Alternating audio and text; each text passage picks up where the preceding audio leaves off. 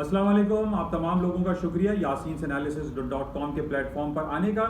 और daily basis पे आप तमाम लोग मेरे साथ शामिल होते चले जा रहे हैं, मेरे इस प्लेटफॉर्म को ज्वाइन कर रहे हैं। मैं उन तमाम लोगों का बेहद तहे दिल से शुक्रगुजार हूँ।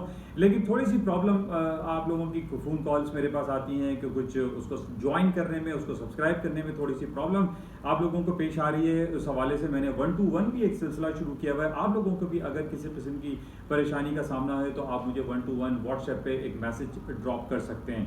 तो वो तमाम जो प्रॉब्लम है उसको हम रिजॉल्व करने की कोशिश करेंगे। अच्छा, आज हमारा बड़ा इंपॉर्टेंट डे है और जो कि अमेरिका की इकॉनमी के लिए बहुत बड़ा दिन तस्वुर किया जाता है, और वो है अमेरिका के सेंट्रल बैंक की meeting, federal open market committee, जिसको हम शॉर्ट में FOMC कहते हैं, जिसमें वो शरह सूद के हवाले से ऐलान करता है। हमें ये मालूम है कि अमेरिका में इस वक्त जो हालात चल रहे हैं, जो इन्फ्लेशनरी प्रेशर बहुत ज़्यादा है, और पिछले 2 सालों से जब से ये कोरोना वायरस पेंडेमिक का सिलसिला शुरू हुआ है, अमेरिका ने बेतहाशा billions and trillions of dollar के स्टिमुलस पैकेजेस अनाउंस किए हैं, जिसकी वजह से चीप मनी क्रिएट हुई है। डॉलर अपनी डीबेसमेंट की तरफ चला गया है, उसके कदर कीमत में काफ़ी गिरावट हमने ये देखी, क्योंकि मार्केट में हर आदमी के पास एक जो मनी सप्लाई है वो खासी मिकदार में या तादाद में मौजूद है, जिसकी बेसिस पे हमें ये खबरें मिलती रहती हैं कि जनाब अमेरिका का इन्फ्लेशन रेट जो है वो बहुत तेज़ी से बढ़ता चला जा रहा है। और इन्फ्लेशन रेट के बढ़ने के बेसिस पे हमें ये मालूम है कि अमेरिका का सेंट्रल बैंक अपने इंटरेस्ट रेट को बढ़ाकर इस इन्फ्लेशन के बढ़ते हुए खतरात को, जो कि इकोनॉमी के लिए बड़ा नेगेटिव होता है, उसको कंट्रोल किया जाता है। आज अमेरिका में जो सेंट्रल बैंक है वो अपना अनाउंसमेंट करेगा पाकिस्तानी वक्त के मुताबिक रात को 11 बजे, और उसके आधे घंटे के बाद यानी 11:30 बजे उसकी प्रेस कॉन्फ्रेंस होगी। और हमने नॉर्मली ये देखा है कि प्रेस कॉन्फ्रेंस में या FOMC के रिजल्ट के अनाउंसमेंट पे बहुत ज़्यादा मार्केटों में तेज़ी और मंदी गिरदा देखी जाती है। न सिर्फ गोल्ड, सिल्वर, करेंसी, बल्कि अमेरिका की जो स्ट्रीम लाइन इंडेक्स है, जो S&P, Dow Jones, Nasdaq, Russell, इन तमाम में भूचाल जैसी कैफियत बर्पा हो जाती है। बहरहाल आज जो हमारे पास जो उम्मीदें हैं, जो प्रोजेक्शन है, उसमें यही कहा जा रहा है कि अमेरिका आज भी अपने शरह सूद को, अपने इंटरेस्ट रेट को तब्दील नहीं करेगा, और वो जो 0 और 25 बेसिस पॉइंट तक उसका इंटैक्ट है, पिछले 1.5-2 सालों से हम देख रहे हैं वो इंटैक्ट रहेगा। अमेरिका अपना शरह सूद में कोई तब्दीली नहीं लाएगा। अच्छा, एक पॉइंट बड़ा इंपॉर्टेंट है और आप लोगों को ये मैं गाहे बगाहे जिक्र करता रहता हूँ कि तब्दीली जो है वो नेगेटिव कंसिडर की जाती है, जबकि जो अनचेंज सिचुएशन क्रिएट होती है कि तब्दीली नहीं की जा रही, वो एक पॉजिटिव कंसिडर किया जाता है। और आज हम यही एक्सपेक्ट कर सकते हैं कि अमेरिका चूंकि अपने इंटरेस्ट रेट को तब्दील नहीं करेगा, ना बढ़ाएगा ना घटाएगा, सिर्फ अनचेंज रखेगा, तो इस बेसिस पे ये कहा जा सकता है कि ये पॉजिटिव कंसिडर किया जाएगा। और अमेरिका की स्टॉक मार्केटें जिस तरीके से पिछले काफ़ी दिनों से, कई महीनों से तारीख की नई बुलंदियों और नए बाब को रकम करती चली जा रही है, आज भी कुछ सूरत हाल मुख्तलिफ दिखाई नहीं देती।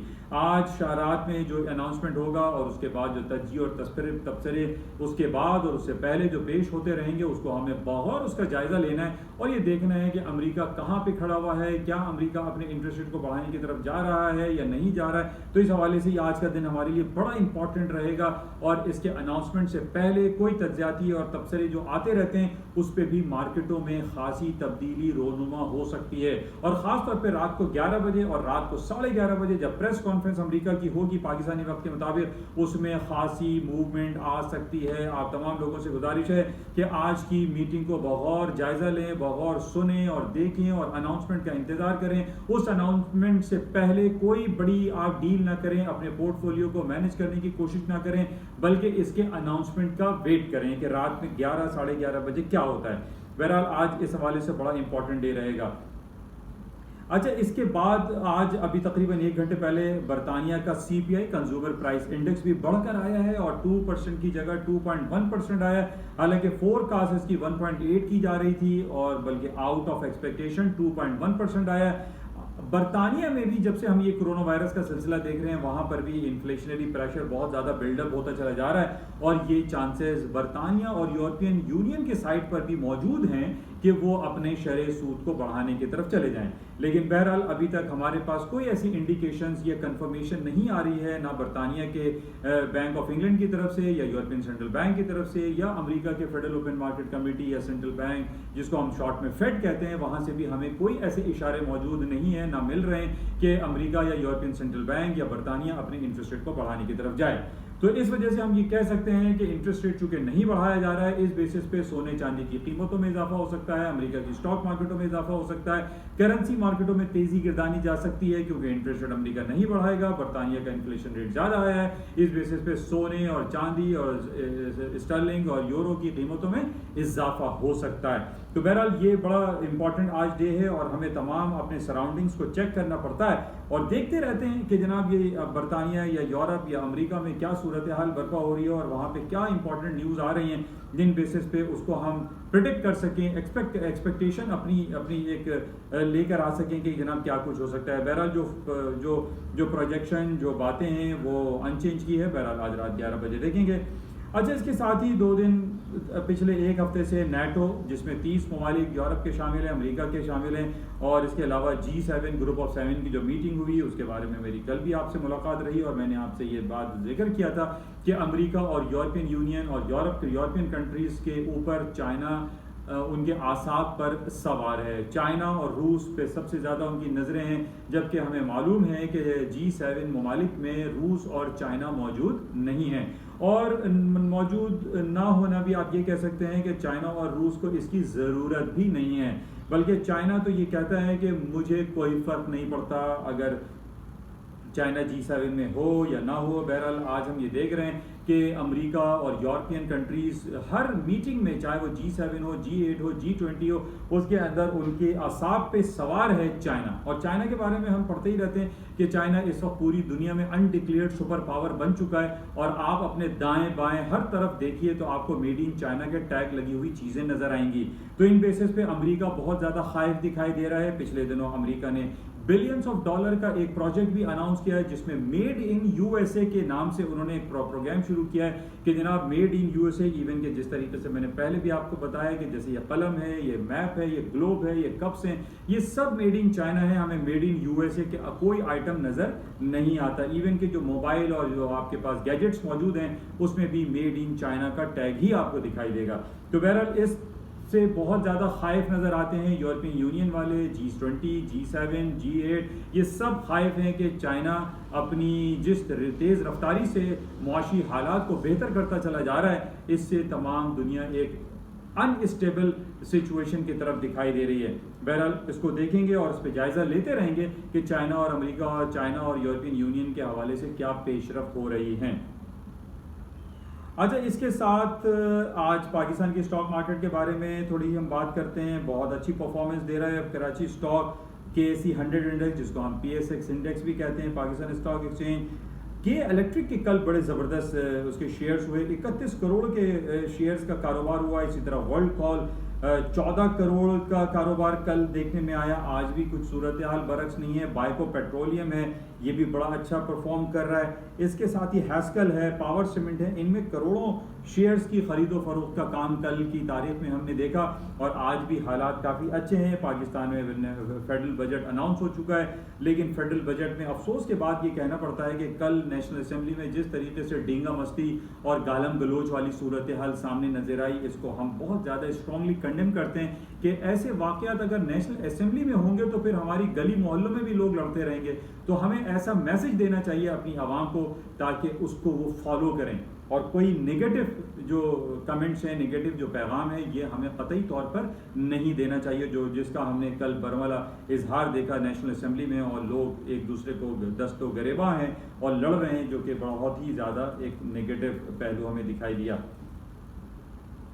अच्छा, इसके साथ आज बुध का दिन है और आज हमारे पास ऑयल के हवाले से जो ऑयल इन्वेंट्री रिपोर्ट होती है वो सामने आएगी। आज हम देख रहे हैं कि ऑयल की कीमतें तकरीबन 3 से 4 साल के हाईएस्ट लेवल पे चल रही हैं। $72 और $74 पे ब्रेंट क्रूड ऑयल चल रहा है, जो कि इसमें ये कहा जा रहा है कि ऑयल की कीमतें मजीद ऊपर की तरफ जाएंगी और उसकी वजह ये बताई जा रही है कि कोरोना वायरस पेंडेमिक की वजह से पिछले कई महीनों से जो लॉकडाउन और शटडाउन वाली सिचुएशन थी पूरी दुनिया में, वो लॉकडाउन शटडाउन ख़त्म किया जा रहा है, धीरे धीरे इसका दौर ख़त्म हो रहा है, ट्रैवलिंग शुरू हो रही है, स्कूल कॉलेजेस तालीमी इदारे अब खुलने की तरफ जा रहे हैं, जिसकी वजह से ये कहा जा रहा है कि इंटरसिटी जो बसेस हैं, इंटरसिटी जो ट्रैवलिंग है, चाहे वो अमेरिका हो, पाकिस्तान हो, यूरोप हो, उसमें इजाफा देखने में आ रहा है। अच्छा, अब इस इजाफे के बेसिस पे ज़ाहिर है डिमांड में इजाफा होगा, जब डिमांड में इजाफा होगा तो उसमें तेल की कीमतों में भी इजाफा दिखाई जा सकता है। तो पूरा जो सिनेरियो है वो बेसिकली रीओपनिंग की तरफ जा रहा है कि पूरी दुनिया कोरोना वायरस के बाद रीओपन की तरफ जा रही है। पाकिस्तान में भी हम देख रहे हैं, पंजाब में तमाम इदारे खुल चुके हैं, सिंध में भी काफ़ी रिलीफ दिया गया है और जो पाबंदियां थी उसमें काफ़ी कमी हुई है और आज हम देख रहे हैं कि छोटी क्लासेस जो हैं स्कूलों की वो भी खोल दी गई हैं। तो ये बड़ा खुश आइंद बात है और जिसकी वजह से इस पर हम ये कह सकते हैं कि पेट्रोल की कीमतों में ग्लोबली एक थोड़ा सा इजाफा देखा जा रहा है। पिछले दिनों मैंने आपको एक तज्जिया पेश किया था कि तेल की कीमतों के ऊपर जाने की वजह सोलर एनर्जी के महंगे दाम होना है और सोलर एनर्जी के हवाले से ये खबरें आई थी कि जनाब सोलर का जो प्रोजेक्ट पूरा लगाया जाता है वो कंपैरेटिवली महंगा है, जिसकी वजह से लोग सोलर एनर्जी की जगह ये आपकी जो पेट्रोल और ऑयल का जो इस्तेमाल है, डिफरेंट आपके ये जो एनर्जी सेक्टर की क्रिएशन है, बिजली पैदा करने के हवाले से जो ऑयल का इस्तेमाल है इसका ज़्यादा होगा। बहरहाल रीओपनिंग बहुत इंपॉर्टेंट फैक्टर है, रीओपनिंग की तरफ दुनिया जा रही है, जिस बेसिस पे ये कहा जा रहा है कि तेल की कीमतें मज़ीद ऊपर की तरफ जाएंगी और जो Goldman Sachs and JP Morgan Chase की जो हमारे पास जो रिपोर्ट्स आती हैं उसमें ये कहा जा रहा है कि ये $80 को भी क्रॉस कर जाएगा। बहरहाल इसको हम मज़ीद देखेंगे और इसमें क्या सूरत हाल होती है। पाकिस्तान के हवाले से थोड़ा सा नेगेटिव थी, पहली महंगाई ने जो है वो लोगों को मारा हुआ है। कल 4% पेट्रोलियम मसनूआत में पाकिस्तानी हुकूमत ने इजाफा कर दिया है, जिसको हम स्ट्रांगली कंडेम करते हैं कि जनाब ये क्या हो रहा है। अभी 2 दिन पहले इन्होंने बजट पेश किया, बजट में कहा कि पेट्रोलियम मसनूआत जो लेवीज हैं वो 20% इजाफा होगा, लेकिन पेट्रोल की कीमत में इजाफा नहीं हुआ। कल ऐलान कर दिया गया कि जनाब 4% ऐलान किया जा रहा है। तो हमारा सवाल तो यही पैदा होता है कि जनाब फिर सालाना बजट का फ़ायदा क्या है? अगर आपको 15 दिन और हर महीने ही जब जो बढ़ाने हैं रेट, तो फिर सालाना बजट का क्या फ़ायदा? तो बहरहाल इस पे मज़ीद बातें करेंगे और कल हम देखते हैं कि क्या सूरत हाल होगी। आज एक इम्पॉर्टेंट साउथ अफ्रीका में यूथ डे मनाया जा रहा है, तो साउथ अफ्रीका की आज सुबह मार्केटें बंद थी। बहरहाल आज रात 11 बजे FOMC की जो रिपोर्ट्स आएंगी उसके बाद हम इसका कुछ तफसीली जायज़ा कल की ब्रीफिंग में लेंगे और देखेंगे कि इसके तमाम मुज़मरात और इसके जो असरात हैं वो पूरी दुनिया की फाइनेंशियल मार्केट पर क्या पड़ते हैं। इंशाल्लाह राब्ते में रहेंगे। आपसे गुजारिश कि इस yasinanalysis.com को आप ज्वाइन करें और इसमें ना सिर्फ आपको ये क्लिप मिलती है बल्कि आपको मैं डेली बेसिस पे ये आगाह करता रहता हूँ कि इसमें जो उर्दू की तहरीर हैं जो CNN पे आ रही हैं या ब्लूमबर्ग पे आ रही हैं, investing.com पर आ रही हैं, तो वो तमाम चीज़ें, वो तमाम आर्टिकल्स वो आपको इसी प्लेटफॉर्म पर मिल जाएंगे और ये आपकी सहूलत में एक इजाफा है। Thank you. इंशाल्लाह कल मुलाकात होती है। खुदा हाफ़िज़।